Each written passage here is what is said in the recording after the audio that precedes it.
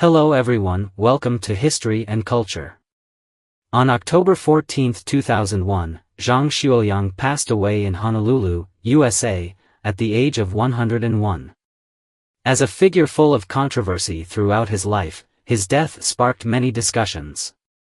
Even more surprising was the revelation that Zhang Xueliang left behind a massive fortune of approximately $600 million, which sparked widespread curiosity and speculation regarding the origins of this wealth. People speculated whether this fortune came from family inheritance or was the result of Zhang Xueliang's personal efforts and management. It is well known that after the Zetian incident, Zhang Xueliang was imprisoned for a full 54 years. How, under such circumstances, was he able to accumulate such a vast fortune? What is even more puzzling is that, as a native Chinese, Zhang Xueliang did not leave this vast sum to his children nor donate it to his home country. Instead, he chose to donate all of it to the United States. What kind of story lies behind this decision? After the Zetian incident, Zhang Xueliang personally escorted Chiang Kai-shek back to Nanjing. However, once they arrived in Nanjing, Chiang Kai-shek detained Zhang Xueliang. From that point on, Zhang Xueliang began his 54-year-long house arrest, which took him to more than 10 different places, including Ningbo in Zhejiang, Huangshan in Anhui, Pingxiang in Jiangxi, Qinzhou in Hunan, Yuanling in Hunan, Xiuwen in Guizhou, and Yangming Cave, among others. After 1946, Zhang Xueliang was moved to Taiwan, where he continued to be confined, never to return to his hometown. During his house arrest, despite losing his freedom, Zhang Xueliang was treated well in terms of material life. Chiang Kai-shek provided him with luxury items, including foreign cigarettes, alcohol, snacks, and drinks. Whenever he wanted Coca-Cola, Dai Li would arrange for military personnel to buy it at a high price. His daily meals generally consisted of 4 to 6 dishes, with variety at each meal, and fresh seasonal fruits were also provided. To meet his entertainment needs, Chiang Kai-shek even had tennis courts and hot springs built for him. During the first 3 years of his house arrest, his first wife, Yu Fengji, stayed by his side. Later, Yu Fengji went to the United States for medical treatment. And Zhao Yidi, the famous Miss Zhao 4 in history, came alone from Hong Kong to the place of confinement to live with him. They spent their time playing chess, fishing, hunting, chatting, and reading. Chiang Kai-shek's arrangements for Zhang Xueliang's house arrest were meticulous, providing not only ample material support but also strict security. It is said that the annual expenses for imprisoning Zhang Xueliang amounted to more than 900,000 yuan, equivalent to the annual military expenditure of an infantry regiment. During his house arrest, Zhang Xueliang repeatedly requested Chiang Kai-shek to restore his freedom. But his requests were denied. Even in 1975, just before Chiang Kai-shek's death, he advised Chiang Ching-kuo to never release the tiger back to the mountain, meaning Zhang Xueliang should continue to be imprisoned. When reflecting on his relationship with Chiang Kai-shek in his later years, Zhang Xueliang said, "I judged that Mr. Chiang hated me deeply. In other words, I was his political archrival." It wasn't until 1990, 2 years after Chiang Ching-kuo's death, that the 89-year-old Zhang Xueliang regained his personal freedom. What is surprising is that despite being imprisoned for 54 years, Zhang Xueliang's fortune actually increased, reaching as high as $600 million. How is this possible?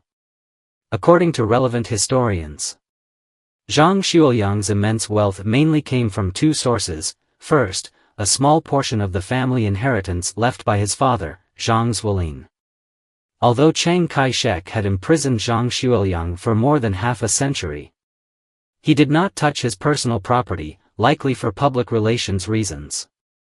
Secondly, and most importantly, was the investment income from his first wife, Yu Fengji. Yu Fengji, Zhang Xueliang's first wife, came from a family of prominent merchants in northeast China. Growing up in such an environment, she developed a keen insight into finance and business. Even during the time at the big marshal's mansion, Yu Fengzhi was skilled in financial management. In 1940, when she was diagnosed with breast cancer and had to go to the United States for treatment, she decided to become financially independent by investing, rather than relying on her friend Kong Xiangxi's support. At the same time, she was also preparing for Zhang Xueliang's future, fully aware that his house arrest might last for a long time and that he would need sufficient financial resources once he regained his freedom. In addition, during her investment period in the United States, Yu Fengzhi witnessed the gradual recovery of the U.S. stock market from the Great Crash of 1929 to 1933. From the mid-1950s to the mid-1960s, the U.S. stock market was exceptionally booming. With her keen business intuition, Yu Fengzhi invested in several undervalued, stagnant stocks, which later saw substantial growth. Within just a few years, Yu Fengzhi earned nearly $1 million from the stock market, becoming a true, rich woman, and was referred to by Americans as the Oriental Stock Goddess. From the 1960s to the early 1970s, the U.S. real estate market entered a golden era, and Yu Fengzhi seized the opportunity to invest heavily. However, unlike her friends who invested in New York, she focused on Los Angeles's thriving film industry. She purchased a dilapidated farmhouse just 0.5 kilometers from Disneyland at a low price. At the time, this investment was not understood by others, but she persisted in her purchase. Later, this farmhouse was bought by the U.S. Kessler Travel Group for $30,000 per square meter, earning her a substantial profit. In 1982, Yu Fengzhi bought a plot of land 50 kilometers south of Los Angeles, which real estate magnates at the time predicted was worthless. However, this land's value later soared, bringing her considerable returns. Soon after, Yu Fengzhi also bought a villa once inhabited by Hollywood star Marilyn Monroe, as well as the former home of Elizabeth Taylor. She decorated the villa in the style of the Shan Chengwang mansion in Beijing, preparing it for when Zhang Xueliang would be released, so he and Miss Zhao could live there. In 1990, at the age of 93, Yu Fengzhi passed away in Los Angeles.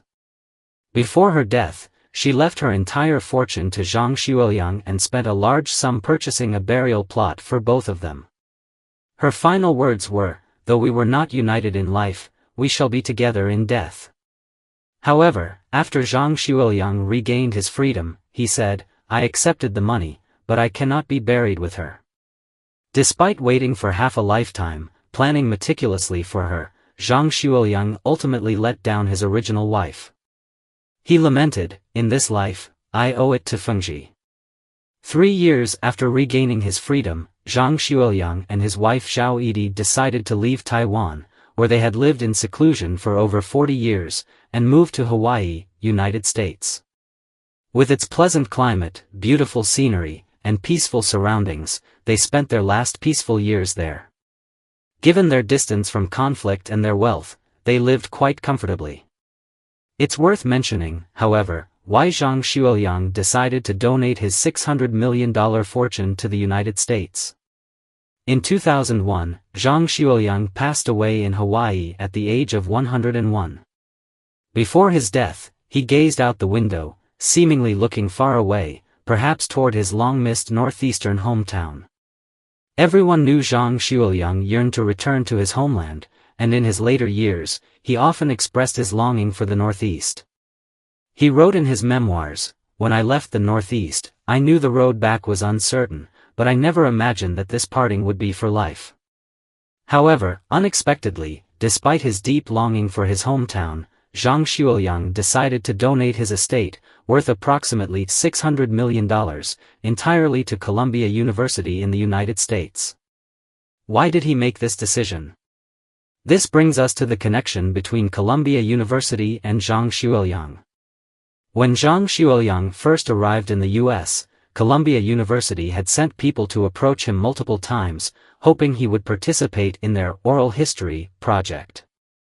The Chinese library's director, Tang Digang, also had numerous long conversations with Zhang Xueliang. In their discussions, Tang's academic knowledge and deep understanding of Chinese history made a profound impression on Zhang Xueliang. Their relationship gradually developed beyond mere academic exchanges to that of close friends. Furthermore, Columbia University showed great interest in Zhang Xueliang's estate, promising to preserve his valuable artifacts while respecting historical facts. The university even proposed that if Zhang Xueliang were to donate his estate, they would establish a dedicated museum to collect and protect his historical materials. This commitment eased Zhang Xueliang's final concerns.